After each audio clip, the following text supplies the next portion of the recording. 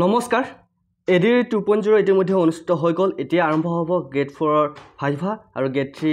skill test বা computer test আমি সকলোৰে ক্লাছ কৰি আছো বৰ্তমান বহুতে কৈ আছে স্যাৰ ভাইভা ক্লাছ কৰক ভাইভা আমাৰ কেনেকুৱা ধৰণৰ কোৱেশ্চন খুদিছিল যোৱাবাৰ এক্সামত বা এতিয়া কেনেকুৱা ধৰণৰ কোৱেশ্চন খুদিব আমি নাজানো আপুনি ভাইভাৰ ক্লাছটো কাইন্ডলি কৰিব নেকি সো সকলোৰ কাৰণে ভাল খবৰ আমাৰ ভাইভাৰ ক্লাছ আজিৰ পৰা ষ্টাৰ্ট হৈ গৈছে সো যিকেইটা ক্লাছ কৰিম আমি ভাইভাৰ কাৰণে মোষ্টলি এনেকুৱা ধৰণৰ কোৱেশ্চন আপোনালোকে দেখিবলৈ পাব বা আপোনাক খুদিব গতিকে প্ৰথম কথাটো হ'ল আপোনালোকে যেতিয়া ভাইভা বা মৌখিক পৰীক্ষালৈ যাব প্ৰথম কেইটামান কথা আপোনালোকে মন কৰিব তাৰ পিছত কোৱেশ্চনলৈ মই আহিম প্ৰথম কথা হ'ল আপোনালোকে ড্ৰেছ চেঞ্জ ঠিক আছে তেওঁলোকে আপোনালোকৰ ড্ৰেছ চেঞ্জ চাব আপোনালোকে ফৰ্মেল ড্ৰেছ পিন্ধি যাব মই ফিমেল আৰু মেল দুইজনৰ কাৰণে কৈছো ফৰ্মেল ড্ৰেছ মানে আপোনালোকৰ হোৱাইট টি-শাৰ্ট ব্লেক পেন্ট বা এনেকুৱা ধৰণৰ তোমালোকৰ ফৰ্মেল ড্ৰেছ আছে যিবোৰ খুবেই ইম্পৰ্টেন্ট তোমালোকে তেনেকৈ পিন্ধি যাবা আৰু মেইনলি যেতিয়া তোমালোকে ইন্টাৰভিউৰ জন্য যেতিয়া খুমাবা কোঠাত খুমাবা তোমাক মাতিব তেতিয়া ফুল কনফিডেন্টত যাবা ধুনিয়াকৈ খুদিবা স্যাৰ খুমাব পাৰোনে বা may I come in okay যেতিয়া কব খুমাব পাৰা তুমি খুমাবা আৰু যেতিয়ালৈকে তেওঁলোকে বহা বুলি নকয় তুমি চকীখনত নবহিবা ঠিক আছে বহুতে ভুল কৰে আৰু তুমি যেতিয়া চকীখনত বহিবা লৰচৰ কৰি নাথাকিবা ষ্ট্ৰেট থাকিবা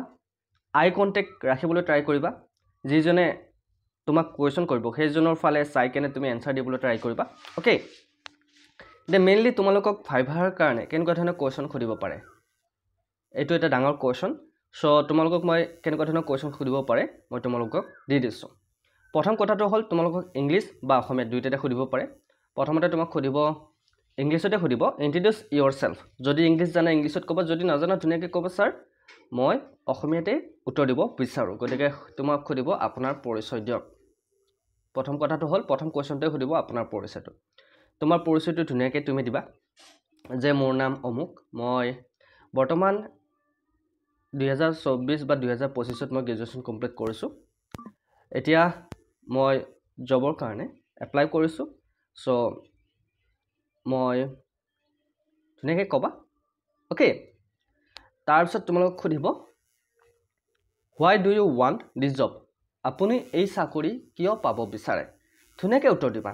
যে মই চাকৰিটো কিয় পাব বিচাৰো বা কিয় কৰিব বিচাৰো কাৰণ মোৰ চাকৰিটো মই ভাবো যে মোৰ চাকৰিটো অতি প্ৰয়োজন বৰ্তমান সময়ত চাকৰি সকলোকে লাগে গতিকে এই চাকৰিটো যদি মই পাওঁ নিশ্চয়কৈ মই সুখী হ'ম আৰু মোৰ কামৰ জৰিয়তে নিশ্চয়কৈ আপোনালোকে সুখী হ'ব ঠিক আছে সো এনেকুৱা ধৰণৰ কোৱেশ্চন আপোনাক খুদিব পাৰে নেক্সট আপোনাক খুদিব পাৰে what is your educational qualification আপোনাৰ শিক্ষাগত অৰ্হতা কি আপুনি যেহেতু গ্ৰেড 4 এপ্লাই কৰিছে তেনেহলে আপুনি ক'ব লাগিব মোৰ শিক্ষাগত অৰ্হতা মই হাই সেকেন্ডাৰী পাস বা মেট্ৰিক পাস ওকে ধুনিয়াকৈ ক'বা মই মেট্ৰিক পাস বা হাই সেকেন্ডাৰী পাস ঠিক আছে ধুনিয়াকৈ ক'বা এইখিনি কোৱা তোমালোকৰ ওপৰত ডিপেন্ডেন্ট হ'ব কিমান কেনেকৈ ক'ব পাৰিবা তাৰ পিছত আপুনি অসমীয়া ইংৰাজী পঢ়িব আৰু লিখিব জানেনে এটো কোৱেশ্চন খুদিব ঠিক আছে can you read and write Assamese and English যদি তুমি জানা জানো বুলি ক'বা যদি তুমি নাজানো বুলি ক'বা মিছা কথা নকবা দেই মিছা কথা নকবা ইংলিশ সকলোৱে পঢ়িব জানে আৰু লিখিব জানে ঠিক আছে অসমীয়া সকলোৱে পঢ়িব জানে লিখিব জানে সো এই কোৱেশ্চনটোৰ আনসাৰ তোমালোকৰ ওপৰত ডিপেন্ড কৰিব what is your father's name and occupation তোমাক খুদিব পাৰে যে আপোনাৰ দেউতাৰ নাম কি আৰু পেশা কি কৰে ধুনিয়াকৈ ক'বা জি কৰে next question what is your permanent address আপোনাৰ স্থায়ী ঠিকনা কি ক'ত থাকা খুদিব পাৰে কেতিয়াবা নুখুধে কিন্তু ঠিক আছে what is the capital of Assam এইবাৰ হেব জিকেৰ কোৱেশ্চন তোমালোক কেতিয়াবা জিকেৰ কোৱেশ্চন খুদি দিব পাৰে গ্ৰেড 4 কাৰণে কৈছো বেছি টান নুখুধে হা আহোম ৰাজ্যৰ ৰাজধানী কি আছিল what is the capital of Assam হা এটো আহোম নহয় এটো অসম হ'ব লাগে অসমৰ ৰাজধানী কি আমি সকলোৱে জানো অসমৰ ৰাজধানী দিছপুৰ ওটাকে আনসাৰ দি দিবা ঠিক আছে next question who is the chief minister of Assam অসমৰ মুখ্যমন্ত্ৰী কোন একদম নৰমাল কোৱেশ্চন খুদিব অসমৰ মুখ্যমন্ত্ৰী হৈছে ডক্টৰ হিমন্ত বিশ্ব শৰ্মা ঠিক আছে who is the prime minister of India ভাৰতৰ প্ৰধানমন্ত্ৰী কোন এইবিলাক জেনাৰেল নলেজৰ কোৱেশ্চন আমাৰ নৰেন্দ্ৰ মোদী ভাৰতৰ প্ৰধানমন্ত্ৰী হয়নে next question name any two river of Assam অসমৰ যিকোনো দুখন নদীৰ নাম কি সোৱণশিৰি ব্ৰহ্মপুত্ৰ তোমালোকে নাম ল'ব পাৰিবা অসমৰ যিকোনো দুখন নদীৰ নাম ল'ব দিলে তোমালোকে সোনকালে নাম দুখন ক'ব লাগিব সোৱণশিৰি ব্ৰহ্মপুত্ৰ বা এনেকুৱা ধৰণৰ বহুত ৰিভাৰ আছে বহুত নদী আছে তোমালোকে নাম ল'ব নেশনাল বাৰ্ড অফ আসাম ভাৰতৰ ৰাষ্ট্ৰীয় পক্ষী কি নেশ্যনেল বাৰ্ড অফ ইণ্ডিয়া ভাৰতৰ ৰাষ্ট্ৰীয় পক্ষী কি ময়ূৰ চৰাই পিকক ঠিক আছে ভাৰতৰ ৰাষ্ট্ৰীয় পক্ষী হৈছে ময়ূৰ চৰাই মনত ৰাখিবা সুধি দিব পাৰে কিন্তু নেশ্যনেল এনিমেল অফ ইণ্ডিয়া ভাৰতৰ ৰাষ্ট্ৰীয় জন্তু কি বাঘ বা টাইগাৰ টাইগাৰ হৈছে ভাৰতৰ ৰাষ্ট্ৰীয় জন্তু মনত ৰাখিবা বাঘ বা টাইগাৰ হৈছে কি ভাৰতৰ ৰাষ্ট্ৰীয় জন্তু next question how many district are there in Assam অসমত বৰ্তমান কিমানখন জিলা আছে সুধি দিব পাৰে কিন্তু দেই তেতিয়া তোমালোকক সুধিব কিয় তোমাক ট্ৰাই কৰি চাব কাৰণ লাখ লাখ ল'ৰা ছোৱালীৰ মাজত তুমি সিলেকশ্যন হৈছা গতিকে লাখ লাখ ল'ৰা ছোৱালীৰ মাজত তুমি যদি সিলেকশ্যন হৈছা এনেকুৱা ধৰণৰ কোৱেশ্চন তোমাক সোধাটো স্বাভাৱিক অসমত কিমানখন জিলা আছে অসমত বৰ্তমান 35খন জিলা আছে হয়নে অসমত কেইখন জিলা আছে 35খন জিলা আছে কৈ দিবা সুধিলে কৈ দিবা next question who road the national anthem of India ভাৰতৰ ৰাষ্ট্ৰীয় সংগীত কোনে লিখিছিল ভাৰতৰ ৰাষ্ট্ৰীয় সংগীত কোনে লিখিছিল বংকিম চন্দ্ৰ চেটাৰ্জীয়ে কোনটো লিখিছিল আৰু ৰবীন্দ্ৰনাথ ঠাকুৰে কোনটো লিখিছিল তোমালোকে জানা গতিকে ভাৰতৰ ৰাষ্ট্ৰীয় সংগীত কোনে লিখিছিল তোমালোকে কৈ দিবা next question which festival is famous for Assam অসমৰ জনপ্ৰিয় উৎসৱ কি বিহু আমাৰ জনপ্ৰিয় উৎসৱ অসমৰ গতিকে কৈ দিবা নেক্সট কোৱেশ্চন এনেকুৱা ধৰণৰ কোৱেশ্চন তোমালোক সুধিব পাৰে সো যেকেইটা এনসাৰ দিব পাৰা তোমালোকে ভালকৈ দিবা ভাৰতৰ প্ৰথম ৰাষ্ট্ৰপতি কোন তোমালোক সুধি দিব পাৰে ঠিক আছে ভাৰতৰ প্ৰথম ৰাষ্ট্ৰপতি হৈছে ডক্টৰ ৰাজেন্দ্ৰ প্ৰসাদ বৰ্তমান ৰাষ্ট্ৰপতি কোন দ্ৰৌপদী মুৰ্মু হয়নে বৰ্তমান ৰাষ্ট্ৰপতি হৈছে দ্ৰৌপদী মুৰ্মু আৰু প্ৰথম ৰাষ্ট্ৰপতি হৈছে doctor Rajendra Prasad national flower of India ভাৰতৰ ৰাষ্ট্ৰীয় ফুল কি পদুম ফুল হৈছে ভাৰতৰ ৰাষ্ট্ৰীয় ফুল মনত ৰাখিবা নেশ্যনেল ফ্ৰুইট অফ ইণ্ডিয়া ভাৰতৰ ৰাষ্ট্ৰীয় ফল কি আম বা মেংগো আমাৰ ভাৰতৰ ৰাষ্ট্ৰীয় ফল হৈছে আম আমি সকলোৱে ভাল পাওঁ হয়নে নহয় next question largest state in India বা এৰিয়া ভাৰতৰ সৰ্ববৃহৎ ৰাজ্য কোনখন এৰিয়া ৱাইজ ৰাজস্থানখন হৈছে ভাৰতৰ সৰ্ববৃহৎ ৰাজ্য ঠিক আছে কোনখন Rajasthan smallest state in India ভাৰতৰ আটাইতকৈ সৰু ৰাজ্য কোনখন ভাৰতৰ আটাইতকৈ সৰু ৰাজ্য হৈছে গোৱা হৈছে ভাৰতৰ আটাইতকৈ সৰু ৰাজ্য মনত ৰাখিবা next question who road the Indian national anthem জনগণ মন কোনে লিখিছিল মই অলপ আগতে কৈছিলোঁ ৰবীন্দ্ৰনাথ ঠাকুৰে জনগণ মন লিখিছিল আৰু বন্দে মাতৰম কোনে লিখিছিল এইটো কমেণ্ট কৰিবা next question who was the first prime minister of India ভাৰতৰ প্ৰথম প্ৰধানমন্ত্ৰী কোন আছিল জৱাহৰলাল নেহেৰু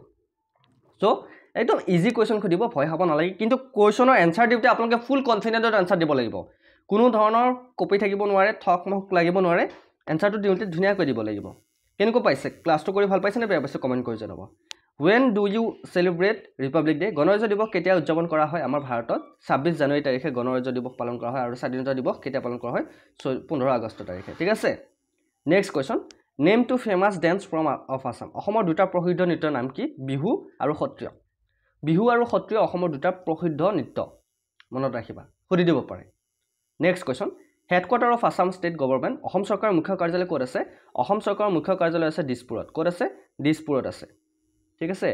অসম চৰকাৰৰ মুখ্য কাৰ্যালয় ক'ত আছে দিছপুৰত আছে